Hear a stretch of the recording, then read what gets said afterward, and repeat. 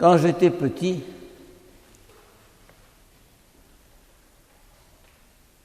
maman nous disait, moi et mes deux frères, ainsi que ma sœur, pendant le carême, si tu veux, tu peux ne pas manger de bonbons et de chocolat. Si tu veux, tu offriras ça au Seigneur et ce sera pour toi une manière d'être libre intérieurement et de faire un cadeau à Jésus. Vous allez me dire, bonbons et chocolat, c'est pas énorme. On m'a demandé à un enfant si bonbons et chocolat, ce n'est pas énorme. Mais c'était très difficile. On allait chez tante Asma, qui nous apportait une boîte de bonbons, chocolat. On prenait et on mettait ça dans la poche. On dit, pourquoi tu ne manges pas? C'est le carême. Oh. Je rentrais à la maison, je mettais ça dans une boîte. Bonbons, chocolat, bonbons, chocolat. À la fin du carême, la boîte était pleine. Et puis le jour de Pâques, alors, yallah.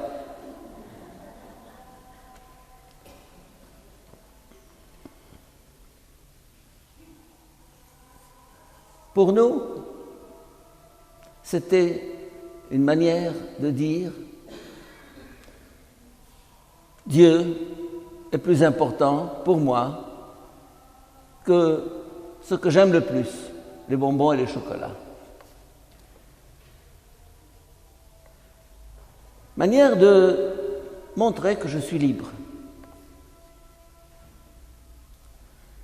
Libre par rapport à quelque chose que j'aime beaucoup, que j'ai en main, que j'ai envie de manger.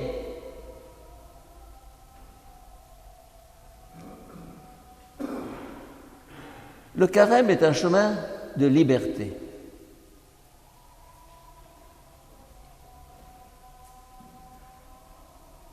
On ne se prive pas pour se priver, ça n'a aucun sens. On se prive pour dire à Dieu, toi, tu es plus important que ce bonbon, que ce chocolat, que cet objet que j'aime.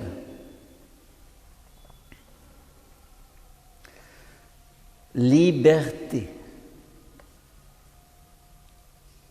Vous allez me dire, on est libre. Nous sommes libres. Vous croyez? Vous croyez? Réfléchissez un petit peu. Est-ce que devant quelque chose que vous aimez, vous êtes capable de dire non? Est-ce que je suis capable de refuser une chose, un objet, une nourriture que j'ai envie de manger? Et je dis non.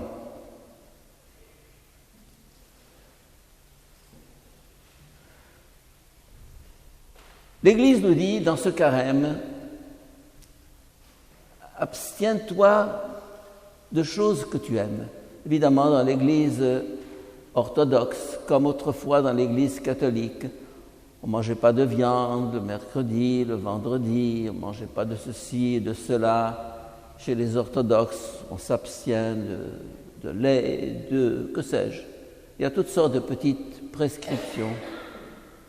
On peut critiquer ça, mais non. Se priver de quelque chose qu'on aime. Et c'est là. Le chocolat est là, le bonbon est là, et je dis non, je mets ça dans la boîte.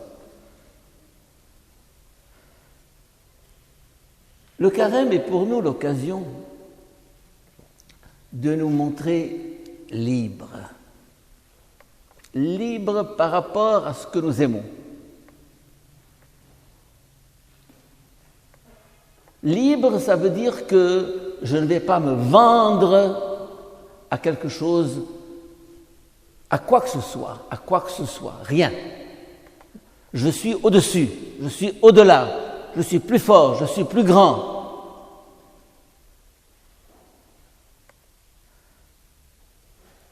Et à partir de cette expérience de mon enfance, j'essaye régulièrement de me priver de quelque chose. Dans le carême, en dehors du carême. Me priver pour me priver, non, me priver pour dire je suis plus grand, je suis au-delà.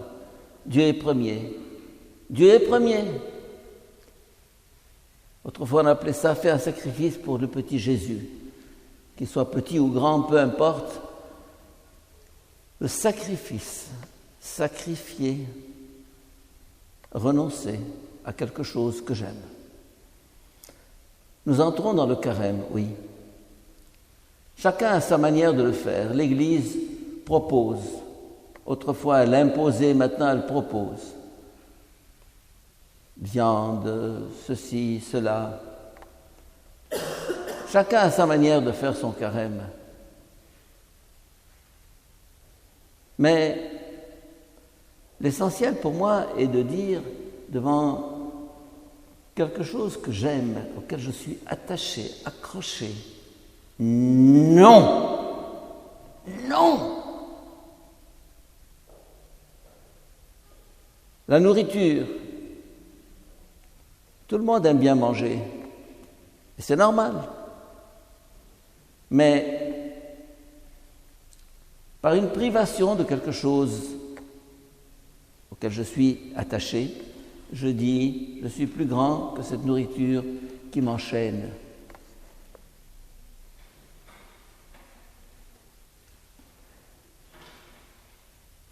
J'ai un livre, Freedom Beyond Freedom, il est à la porte, j'en ai mis quelques copies. Un livre que j'aime beaucoup, qui existe en français, mais il est épuisé, il s'appelle L'Antidestin. L'antidestin, ça veut dire le destin. Le destin, c'est quoi? Quelque chose qui s'impose à moi de l'extérieur. L'instinct de conservation. Manger, manger.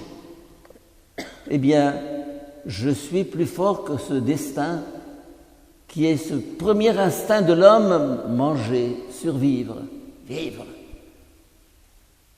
Le carême touche cet instinct premier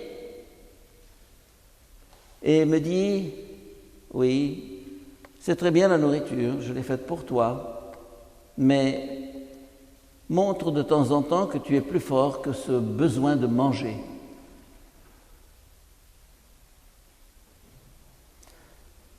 Aujourd'hui, dans les premières lectures, on parle du déluge, le toufan, le déluge. Dieu a créé toutes choses très bonnes. La création est bonne. Dieu l'a faite pour notre joie, pour notre bonheur, pour que nous en jouissions. Mais l'homme est devenu esclave de cette création. Dieu lui a dit, je te donne toutes choses, domine là-dessus. Il n'a pas dominé. Il s'est laissé dominer par cette création. Et alors il y a ce déluge. Dieu détruit tout et sauve Noé et les bêtes et sa famille. Et puis il lui redonne la création. Pour jouir purement de la création, de la nourriture, de la beauté, du monde, il faut, d'une certaine manière, pendant un temps, renoncer, dire non. Mais c'est bon, mais Dieu l'a fait, oui. Pendant un moment, je dis non. Pendant ce carême, essayez de vous dire, qu'est-ce que j'aime beaucoup? Qu'est-ce qui m'enchaîne? Qu'est-ce qui m'attache? Qu'est-ce qui me rend esclave? Quoi dans ma vie? Quoi? Télévision? peut-être. Nourriture, peut-être. Tel film, peut-être. Telle amitié, peut-être. Comment je vais affirmer que je suis libre par rapport à ça? Oh, je me souviens. Je l'ai raconté dans ce petit film qui s'appelle Change the World.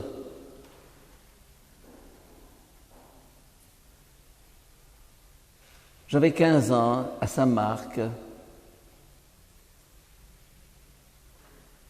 je suis tombé amoureux d'un garçon de ma classe. Il était beau.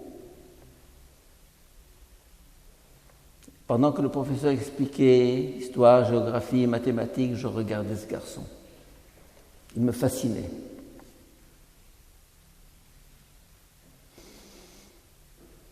Il avait un complet veston marron clair. J'ai fait tout le tour d'Alexandrie pour trouver le même tissu marron clair. Je me suis fait un complet veston comme lui. Et pendant la récréation, j'essayais d'approcher de lui, etc., de faire son ami, d'obtenir un sourire, un mot gentil. Et un jour, à 4h30, au sortir de la classe à Saint-Marc, je courais derrière lui, il m'a pris mon bras, il m'a insulté. Et j'étais écrasé.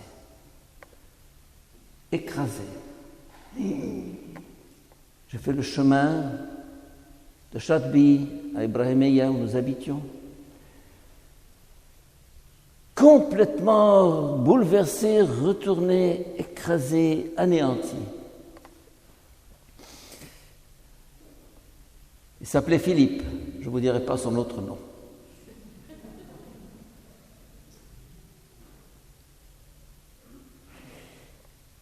Et alors, à ce moment-là, je me suis dit, jusqu'à quand seras-tu esclave de cette amitié? Une amitié est bonne, et même très bonne, quand elle ne nous rend pas esclaves. Dès que je deviens esclave de quoi que ce soit, de quelque objet que ce soit, de quelque personne que ce soit, je ne suis plus libre. Alors ce soir-là, j'ai dit, non, fini. Ce garçon, Philippe, je ne vais plus le regarder. Et j'ai fait ce mouvement, ce retournement au fond de moi. Et le lendemain, je suis rentré à l'école. Il était là, en classe, en récréation. Je ne le regardais plus. J'avais coupé, intérieurement coupé cette relation. Je ne faisais rien de mal avec lui, mais j'étais devenu l'esclave d'un garçon, d'un camarade. À partir de ce jour-là, j'ai compris la liberté. La liberté. Personne au monde ne me dominera. Aucune créature. Rien.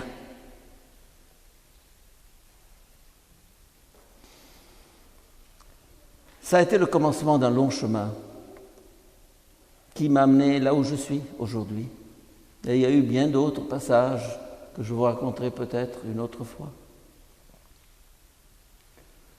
Mais je vous dis cela parce que on ne se prive pas pour se priver, on ne renonce pas pour renoncer, mais pour acheter cette liberté. Rien au monde ne doit me rendre esclave. Rien.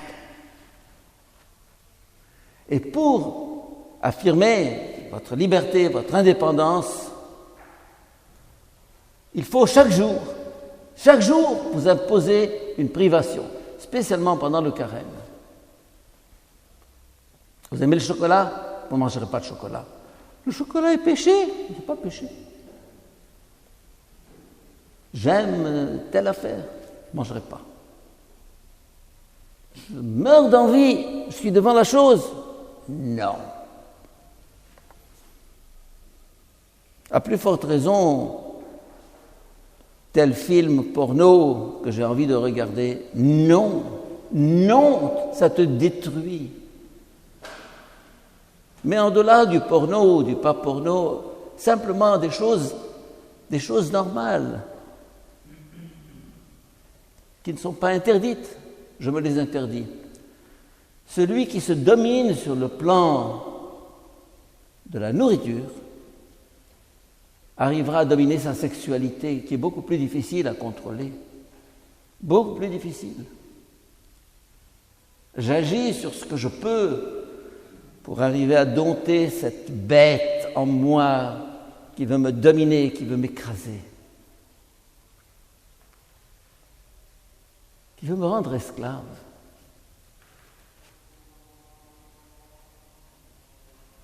Jésus est venu nous libérer, nous rendre libres. Et alors, le carême est justement ce moment où je me dis, voilà, l'Église m'invite à entrer dans une démarche de liberté, de libération, de dépassement. Qu'est-ce que j'aime? Ceci, pendant le carême, non. J'entre dans un magasin, je ne vais rien acheter. Mais, non, je ne vais rien acheter. Pendant le carême, je ne vais rien acheter.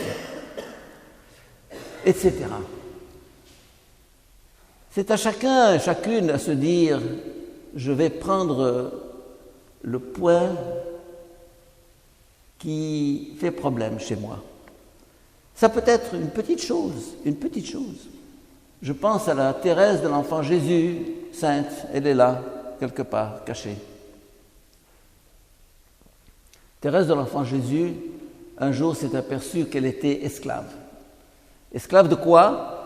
De quoi? Imaginez-vous. D'une épingle à cheveux qui était dans son voile, qui avait une jolie petite tête. Comment on peut être idiot de s'attacher à une épingle à cheveux de son voile? C'était cette épingle qui, pour elle, faisait obstacle à sa croissance, à sa liberté. Et elle a compris, elle s'en est débarrassée. Quelle est votre épingle à cheveux? Je parle aux femmes, mais les hommes, ils ont autre chose. Qu'est-ce qui m'attache? Et elle disait ceci, peu importe qu'on soit attaché par un fil, une ficelle, une corde ou une chaîne, si on est attaché. Si le fil ou la ficelle ou la corde ou la chaîne ont 5 cm, c'est toujours un attachement. Il faut peu de choses pour perdre sa liberté. Peu de choses. Alors, l'Église nous invite dans cette période de carême à nous dire « coupe la corde, détache-toi de ce que tu aimes, sacrifie. Sacrifie, pas pour sacrifier, mais pour conquérir ta liberté et pour affirmer que Dieu, dans ta vie, est le premier et le dernier. » Amen.